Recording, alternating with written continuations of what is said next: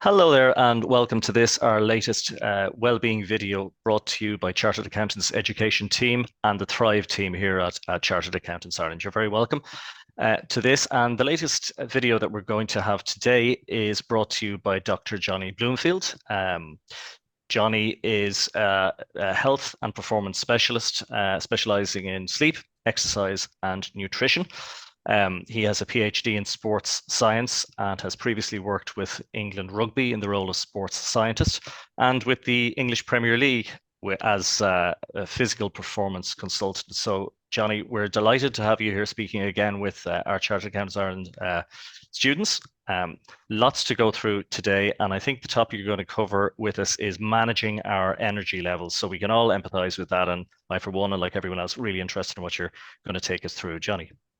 Yes, thank you, Brian. It's great to be here this morning.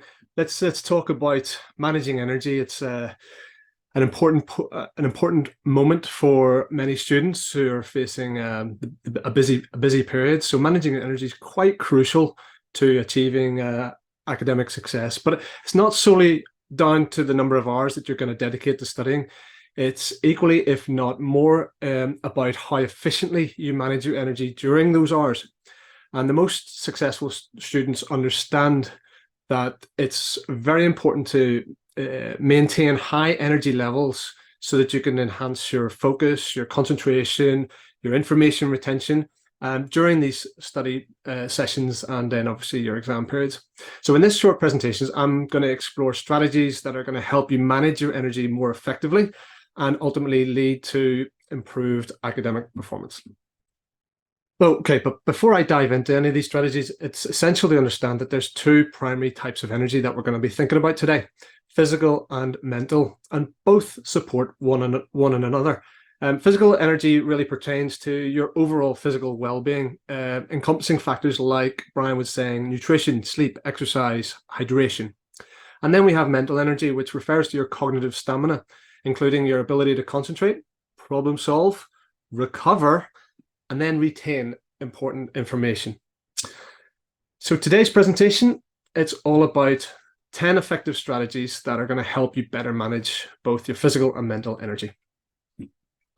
The first one is possibly the most important one that I am going to talk about. It's about valuing your sleep, prioritizing sleep, seeing it as part of your study schedule, and trying to ensure that you're going to get your 7 to 9 hours of quality sleep every night. Sleep is your foundation for energy and for memory consolidation.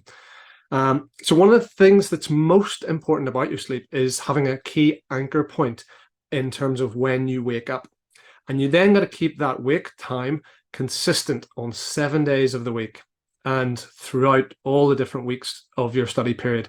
It is the most important pivotal time in the day that is going to influence almost everything else you do during that day. So the more stable you can get your wake time, the more chance you're going to have at everything else that you do during the day. And it's also going to set you up for your next sleep time. So don't do lie-ins, and be very strict about your wake time. It's possibly the most important strategy of all these. Okay, and then keep your bedroom free from any work-related activity or any entertainment or even any relaxation techniques that you do as well. Protect that bedroom as a place of complete detachment and keep it dedicated towards your recharge and your recovery. Keep the room dark, cool, calm, comfortable. All the things that will promote you to get good quality sleep. It's a sanctuary away from your study, away from your busyness and stress. Also, protect a wind down period prior to your intended sleep time. You've got to let your brain unwind from being busy. You must set up that calming environment and calming period prior to bedtime. You simply can't go from busy to sleep suddenly. There needs to be a transition period. So make sure you always block it in and dedicate that relaxation time, and we call it maybe a buffer zone prior to your sleep onset. Practice good sleep hygiene. That's throughout the day, throughout the night, obviously. But you do things like avoiding overuse of any stimulants like caffeine, particularly after midday, or cut completely back on alcohol. and don't eat any heavy meals or takeaways late at night. Speaking of fuel, you've got to eat nutrient-rich foods, eat whole foods that fuel your body with a balanced diet. It's rich in fruits and vegetables and lean proteins and complex carbs. Avoid excessive sugars and processed foods that can lead to energy highs and lows. Keep your treats as treats, and you should be looking for foods that you see here on screen as your stable diet, as your 80 or 90% of your intake. Foods that are especially good for your brain are fatty fish like salmon, herring, and sardines. These are all full of omega-3s, which are essential for learning and for memory. Also, foods that are rich in antioxidants like blueberries and broccoli, which is also high in vitamin K. Both, again, are very good for memory and for cognitive functioning. You should be taking pumpkin seeds, which are a wonderful source of magnesium, iron, zinc, and copper. And these are all very good for your brain health and functioning. And they also help you to avoid brain fog. Snack on 70% or 85% dark chocolate. This has been shown to enhance memory and performance improvements in mental tasks, as well as boosting your mood. So you only need a small square to actually do the trick. And you should also snack on nuts instead of sugar, as long as you don't have an allergy, of course. But they should provide a whole host of brain-boosting nutrients, including vitamin E. Other foods you should be considering are oranges for vitamin C, eggs for vitamin B6, B12, folate, and choline. This also helps to regulate your mood and your memory. And you should be drinking green tea in the morning and be very strategic with use of caffeine up to midday. And consider also adding curcumin to your spice rack. Okay, another strategy that you should really consider, give strong consideration to is drinking water. Exclusively drink water. Maintain your hydration throughout the day, and be aware that dehydration can really sap your energy and your focus. So keep water handy throughout your study sessions, study and exams. Own your own water bottle and fill it and keep it handy. Try and drink mainly filtered water if possible, but you should consider, like, apart from maybe green tea and some coffee, water maybe is the only drink you should be considering throughout your whole study period. Then exercise regularly. Physical activity will boost your mental alertness and will help you reduce your stress. So try and aim for at least 30 minutes of physical activity or exercise on most days of the week. But it's all about mindset, though. You're aiming to exercise to boost your energy, not to drain it. So think strategically about what type will work best for you and what time of day that it can best serve you. It might be really tempting to ditch it off because you're so busy, but it actually can be a vital strategy to help you succeed. Okay, you've got to manage your stress. It's going to be there, so you've got to manage it. So high stress levels will deplete both your physical and your mental energy. So you should practice stress reduction techniques such as deep breathing, meditation, prayer, or yoga. Look, let's be honest, you're going through a challenging phase of life, and it's going to be emotionally draining. So admitting that first to yourself is a great first step. Then show some self-compassion. No one is finding this easy, and no one has ever found this easy. But if you can commit to healthy stress management techniques that work best for you, it might take a little exploring, but anything that lets you press the pause button and help you gather your energy again is going to be beneficial. Next is setting realistic goals. Break your study sessions into manageable, focused blocks of time. And after every single block, take a short break to recharge. Have you heard of the Pomodoro technique? This is a proven productivity technique that is all about working for 25 minutes and then having a 5-minute break. And ideally, if you've been sitting for that period of time, I would encourage you to get up and move around and get some physical activity, some blood flow, and some energy back into the body. It's also very important not to sit for long periods of the day without interrupting. You can set a timer to allow you to stay on track for the Pomodoro technique, or I'm sure there's an app for that.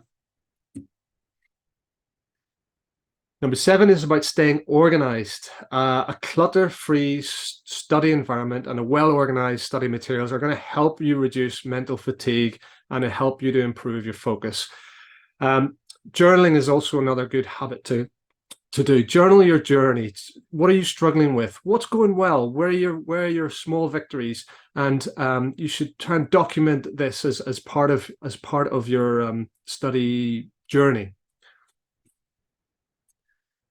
Number 8. Well, we've just said it a minute ago about taking breaks using the Pomodoro technique, but what about mixing up your study routine? Don't just simply cram and cram for hours on end. Eventually, you're going to burn out your mental energy. Try and incorporate varied study techniques and choose subjects that keep your mind engaged and energized. Do you have to exclusively read all your materials, or listen? Can you possibly listen to any of the content while you're out for a walk? Try and think of ways that you can make progress while in certain different scenarios and setups. 9 is about staying connected. So your social connections are still going to be vitally important at this period throughout this phase. Interacting with your friends and your family are an excellent way to recharge your mental energy. Social support is going to be so important to you, and having a sense of belonging are essential for well-being. It gives you the meaning and the purpose to what it is, why you're working so hard and what you're working for. So share your feelings and your challenges with the people that can give you that support, and it's going to help you throughout your journey. And finally, stay mindful, be present. Practice mindfulness techniques to keep focused during study periods. Mindfulness can also really be helpful to conserve your mental energy as well. So it's just simply pausing and recognizing everything that's happening in the moment right now and evaluating how you're doing, and maybe keeping good perspective over things in life. Okay, finally then, let's just recap what we've discussed there. So our first one was about valuing your sleep. So crucial. It's probably the most important aspect to your academic success in my book. Then eating whole foods, you've got to fuel the body to give it the appropriate energy. Then we got to drink water, maintain our hydration. Keep exercising because it's such a crucial strategy for giving your energy a lift. Managing your stress and finding those techniques that are going to be working best for you. Setting goals gives you structure, gives you focus. And keeping organized, of course. Working in a cluttered environment is stressful, so try and stay on top of your environment and your methods and your the materials that you're working on. Taking breaks, crucial for managing your focus and your mental energy.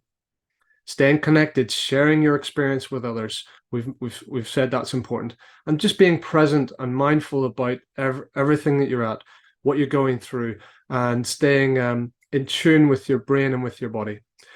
Okay, so just to finish, managing your energy effectively is just indispensable in terms of success for studying and for exam performance. You've got to nurture your physical and mental energy throughout with good nutrition, exercise, stress management, and your balanced study routines. And you can just therefore maximize your potential and help you achieve your academic goals. Remember always that your well-being and your energy levels play a fundamental role in your overall success. So you've got to prioritize self-care, stay organized, and approach your studies and exams with confidence and vitality. I just want to finish by saying thank you so much for listening. I really hope you find this advice practical, helpful, and useful to take forward into your studies. I'm going to wish you all the very best for your exams and for your career ahead. Good luck. Johnny, thanks very much indeed for taking us through those 10 steps to managing your energy levels. It's a phrase that we might think that we'd all want to manage and improve our energy levels, but how do we actually do it? You've broken that down for us with 10 easy to follow steps. And now it's just a case of introducing those into our lives. Johnny, thanks very much indeed for that. I hope everyone has got a great deal from that short video from Johnny. Just to say that the Chartered Accountants Ireland Thrive service is available to all students, and our contact details for Thrive will be on screen at the end of this video. Johnny, just to thank you very much indeed again. Hopefully you'll join us, folks, for the next one of our Thrive Chartered Accountants Ireland videos. All the best. Thank you, Brian.